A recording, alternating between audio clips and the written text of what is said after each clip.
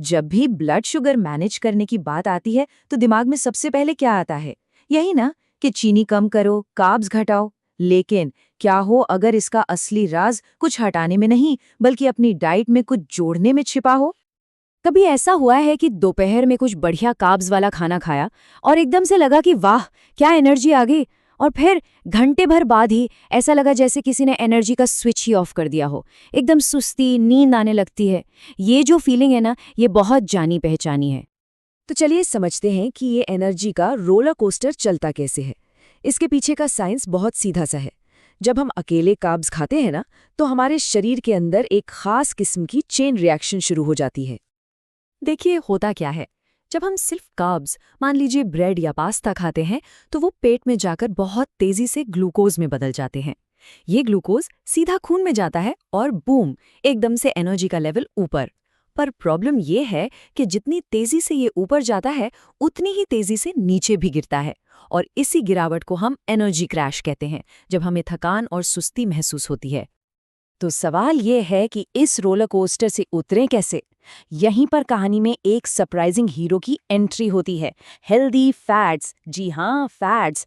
अब हम अपना फोकस क्या नहीं खाना है से हटाकर क्या खाना है पर लाएंगे और देखेंगे कि सही फैट्स कैसे गेम चेंजर साबित हो सकते हैं। तो मतलब साफ है, असली खेल सिर्फ परहेज करने का नहीं, बल्कि स्मार्ट तरीके से डाइट में चीजें ऐड करने का है। और ये जो सोच में बदलाव है ना, ये मेटाबॉलिक हेल्थ के लिए एक बहुत बहुत पॉजिटिव कदम है। अच्छा, तो ये तो समझ आ गया कि हेल्दी फैट्स जरूरी हैं, पर सवाल ये है कि ये करते क्या हैं? मतलब ऐसा क्या जादू है इनमें कि ब्लड शुगर को स्थिर रखने में मदद मिलती है? चलिए इसके पीछे के 4 मेन साइंटिफिक कारणों को समझते हैं। ये 4 बड़े तरीके हैं जिनसे फैट अपना काम करता है। नंबर 1, ये हमारे डाइजेशन को स्लो कर देता है। नंबर 2, इंसुलिन सेंसिटिविटी को बेहतर बनाता है। नंबर 3, हमें पेट भरा होने का एहसास देता है। और नंबर 4, ये ज़रूरी हार्मोन्स को भी सपोर्ट करता है। चलिए अब एक एक करके इन पॉइंट्स को थोड़ा और डिटेल में देखते हैं। तो पहला पॉइंट, डाइजेशन को धीमा करना। इसको ऐसे समझिए जैसे ट्रैफिक में स्पीड ब्रेकर लगा दिया हो। जब खाने में हेल्दी फैट होता है तो वो पेट में पाचन की स्पीड को कम कर देता है। इसका नतीजा, कार्ब से बनने वाला ग्लूकोज खून में धीरे धीरे एक स्टेडी फ्लो में रिलीज होता है, एकदम से बाढ़ की तरह नहीं। और इसी से वो अचानक वाले स्पाइक्स रुक जाते हैं। ओके, दूसरे पॉइंट पर जाने से पहले एक टर्म समझना जरूरी है, इंसुलिन सेंसिटिविटी। ये सुनने में थोड़ा टेक्निकल लगता है, पर है बहुत सिंपल। सोचिए, इंसुलिन एक चाबी है और हमारी बॉडी के सेल्स ताले हैं। इंसुलिन सेंसिटिविटी का मतलब है कि ये चाबी ताले में कितनी आसानी से फिट हो जाती है, ताकि सेल्स खून से ग्लूकोज को अंदर ले सकें। और हमारा दूसरा मैकेनिज्म यही काम करता है। जो अच्छे फैट्स होते हैं, जैसे मोनो अनसैचुरेटेड और पॉली अनसैचुरेटेड फैट्स, वो इन तालों यानी सेल्स को ज्यादा रिस्पॉन्सिव बनाते हैं। मतलब वो इंसुलिन की चाबी को बेहतर तरीके से पहचानने लगते हैं। और जब सेल्स इंसुलिन का अच्छे से इस्तेमाल करते हैं तो ब्लड शुगर अपने आप कंट्रोल में रहता है। अब आते हैं तीसरे पॉइंट पर, जो बहुत ही प्रैक्टिकल है। जरा इस फर्क को समझिए। एक तरफ है सिर्फ कार्ब्स वाला खाना, मान लीजिए सुबह का सादा टोस्ट खाया, तुरंत एनर्जी मिली, पर घंटे 2 घंटे में फिर से भूख लग गई। अब दूसरी तरफ सोचिए, उसी टोस्ट पर थोड़ा एवोकाडो या नट बटर लगा दिया। ये जो हेल्दी फैट है ना, ये लंबे समय तक पेट को भरा रखता है। और जब पेट भरा महसूस होता है तो बार बार स्नैकिंग करने या कुछ मीठा खाने की क्रेविंग भी कम हो जाती है। और चौथा पॉइंट तो समझिए एक बोनस है। हेल्दी फैट्स का काम सिर्फ ब्लड शुगर तक ही सीमित नहीं है। ये हमारे मेटाबॉलिज्म को चलाने वाले जरूरी हार्मोन्स बनाने के लिए कच्चे माल की तरह हैं। ये शरीर की सूजन यानी इन्फ्लेमेशन को कम करते हैं। ये अच्छे कोलेस्ट्रॉल को सपोर्ट करते हैं।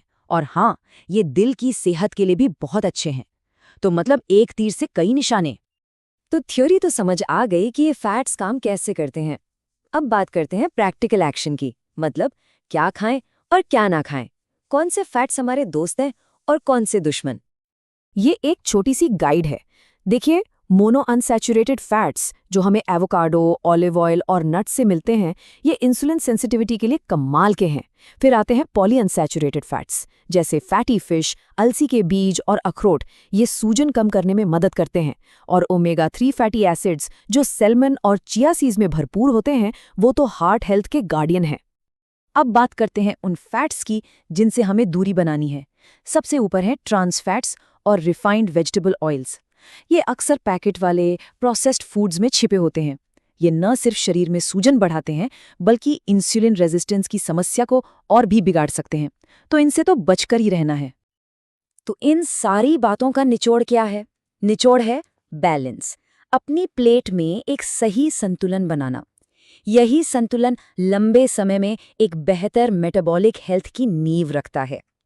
ये बात इस पूरी चर्चा का सार है कि हेल्दी फैट्स दुश्मन नहीं है, वो एक बैलेंस्ड डाइट का ज़रूरी हिस्सा है जो ब्लड शुगर को रेगुलेट करने, इंसुलिन रिस्पॉन्स को सुधारने और हमें फुल और एनर्जेटिक महसूस कराने में मदद करते हैं।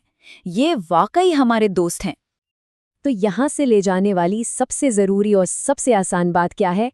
एक सिंपल सा नियम बना लें। जब भी कार्ब्स खाएं, उसके साथ थोड़ा हेल्दी फैट्स ज़रूर मिलाएं। बस, ये एक छोटी सी आदत है, लेकिन इसका असर बहुत बड़ा है। और इसी के साथ हम अपने आखिरी सवाल पर आते हैं। सिर्फ सुनना नहीं, इसे अमल में लाना है। तो ज़रा सोचिए, अपने अगले मील में ऐसा कौन सा एक हेल्दी फैट जोड़ा जा सकता है? क्या वो सलाद पर थोड़ा ऑलिव ऑयल होगा? या फिर दही में कुछ चिया सीड्स? या शायद खाने के साथ मुट्ठी भर बादाम? चॉइस बहुत है।